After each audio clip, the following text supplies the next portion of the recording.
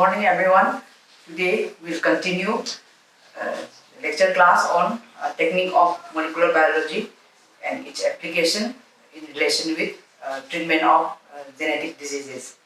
So we'll start with gene therapy and stem cell biology. So at the end of this lecture class, everyone should be able to know what is gene therapy and what is the application of this molecular biology technique in treatment of diseases, and what is the definition of stem cell, and what are the different type of stem cells, and what is the use of this stem cell therapy in different diseases.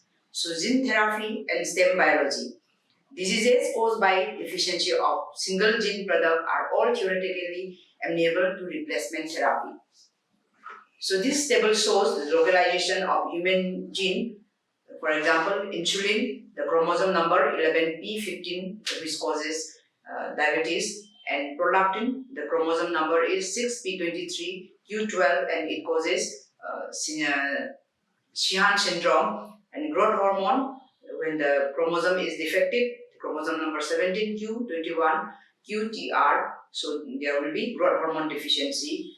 Say for example, alpha globin 16p12p, this will cause alpha thalassemia. Beta globin, the chromosome number is 11p12, and it will cause beta thalassemia as well as sickle cell anemia.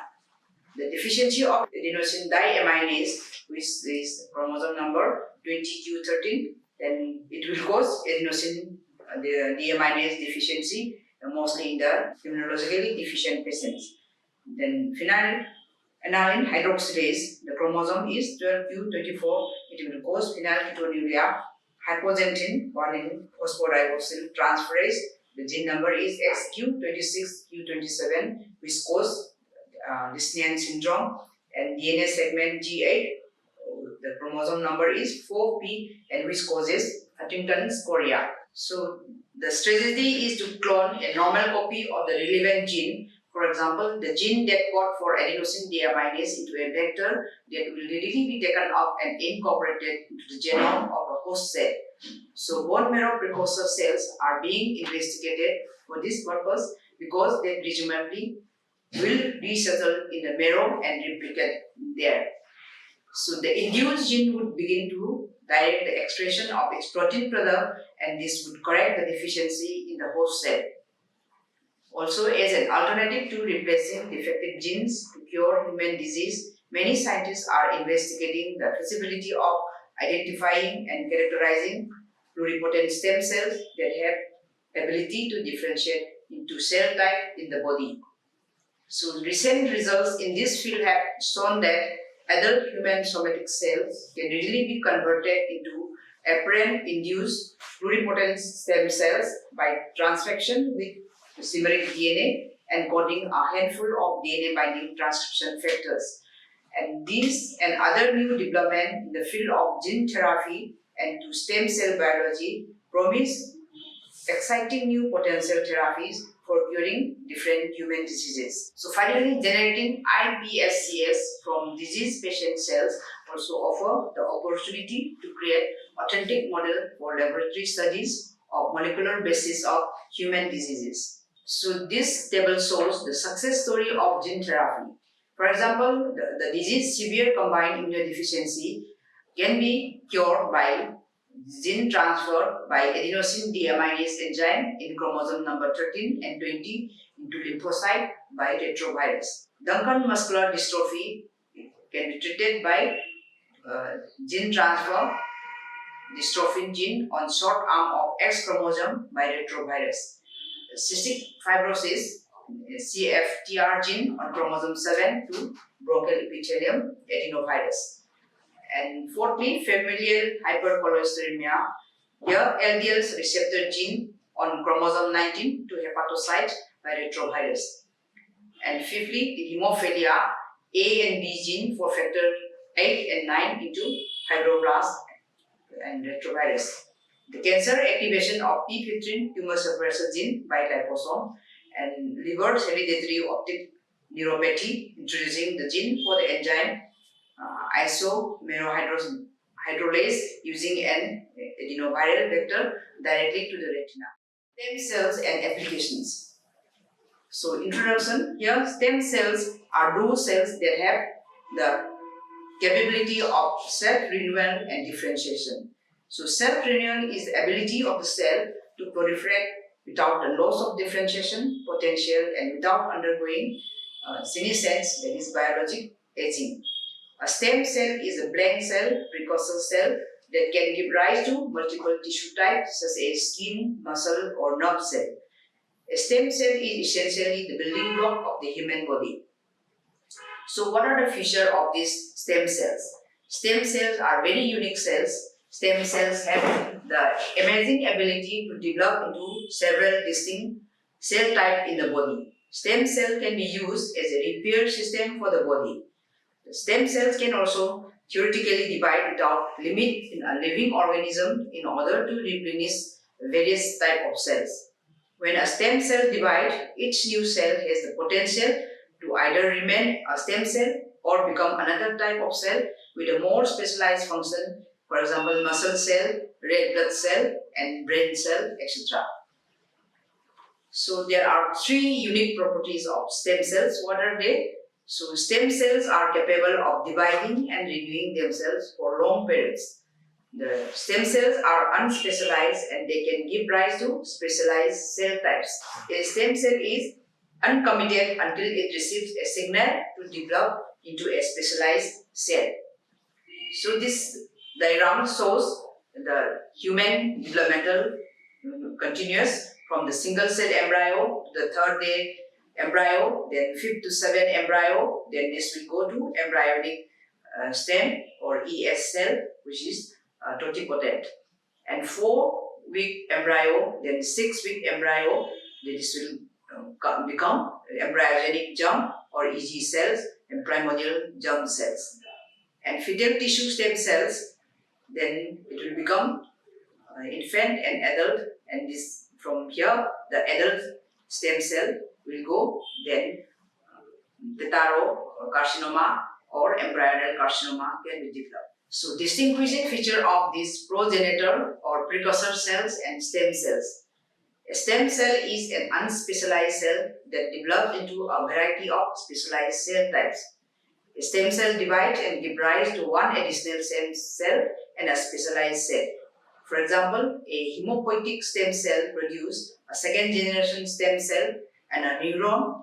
A progenitor cell, that is a precursor cell, is unspecialized, that is capable of undergoing cell division and yielding two specialized cells. For example, a myeloid progenitor, which is a precursor cell, undergoing cell division to yield two specialized cells in neutrophil and a red blood cell. So this is the hematopoietic stem cell. Then from here stem cell, then specialized cell, for example, neuron can be developed, and from progenitor cell, that is myeloid progenitor cells, we can get the specialized cell, for example, neutrophil, and another specialized cell, for example, red blood cell. So we can get a neuron or new red blood cell. So what is the classification of these stem cells?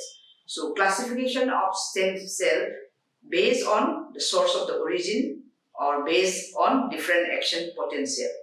The source of origin may be embryonic or may be adult. Differential action potential may be totipotent, pluripotent, multipotent, and unipotent. So the potency of a stem cell is defined by the type of more differentiated cells that the stem cells can either be totipotent or pluripotent or multipotent or unipotent. So what is totipotent cell? Totipotent cell have the capability to produce all cell types of the developing organism, including both embryonic and extra-embryonic, for example, placental tissues. The pluripotent cells can only make cells of the embryo proper, but make all cells of the embryo, including germ cells and cells from any of the germ layer. Therefore, they can make any cell of the body. So these multipotent cells can only make cells with a given germ layer. For example, multipotent stem cells from a mesodermal tissue like the blood can make all the cells of the blood, but cannot make cells of a different germ layer such as neural cells, that is ectoderm, or liver cells, that is endoderm. Now what is unipotent cells? These unipotent cells make cells of a single cell type. For example, it's a germ cell, stem cell that make the cell that mature to become egg or sperm, but not other cell type. Diagram shows the totipotency of the zygote, then pluripotency, then ES cell and PGC cell, then multipotency, gastrula, adult stem cells, then unipotency, the somatic cells, here the neurons, the gastrointestinal and the intestinal cells, then the erythrocytes. So embryonic type of stem cells. Embryonic stem cells are totipotent stem cells derived from the inner cell mass of a blastocyst, an early stage peri-implantation embryo.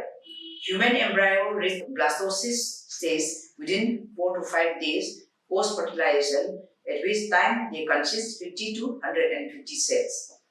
Isolating the embryoblast or inner cell mass results in destruction of the blastocyst, which raises ethical issues, including whether or not embryo at the pre-implantation stage should be considered to have the same moral or legal status as more developed human beings.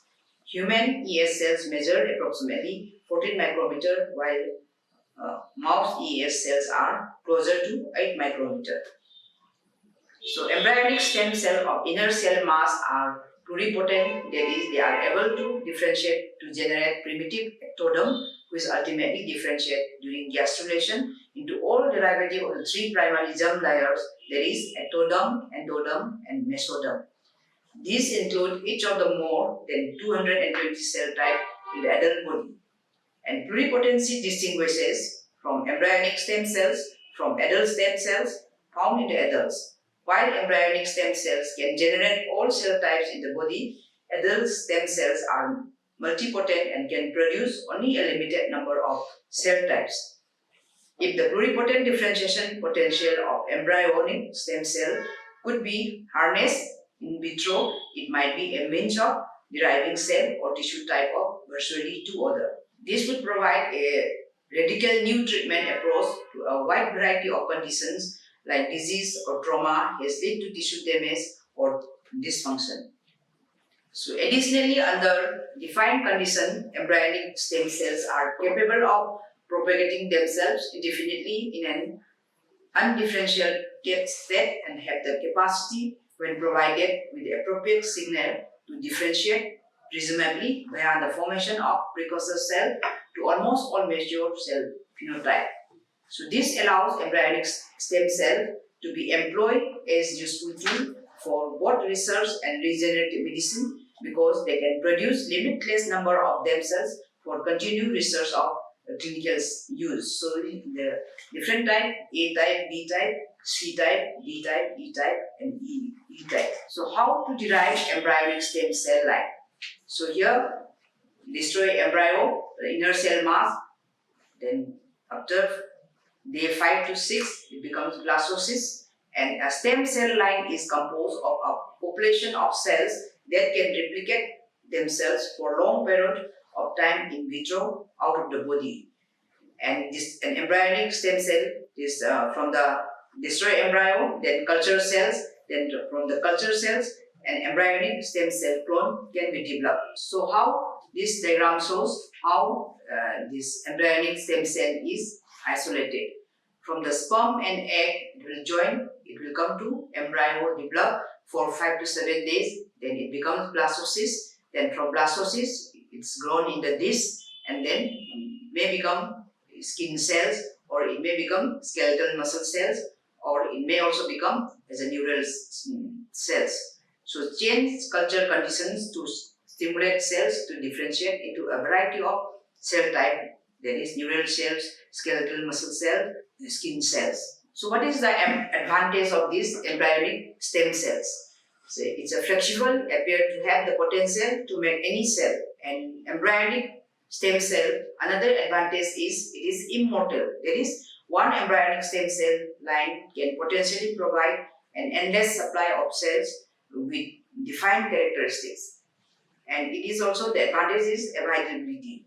Embryo from in vitro fertilization in clinic, it's one of the advantages of embryonic stem cell. So what is the disadvantage of these embryonic stem cells? And the disadvantage is number one, difficult to differentiate uniformly and homogeneously into a target tissue.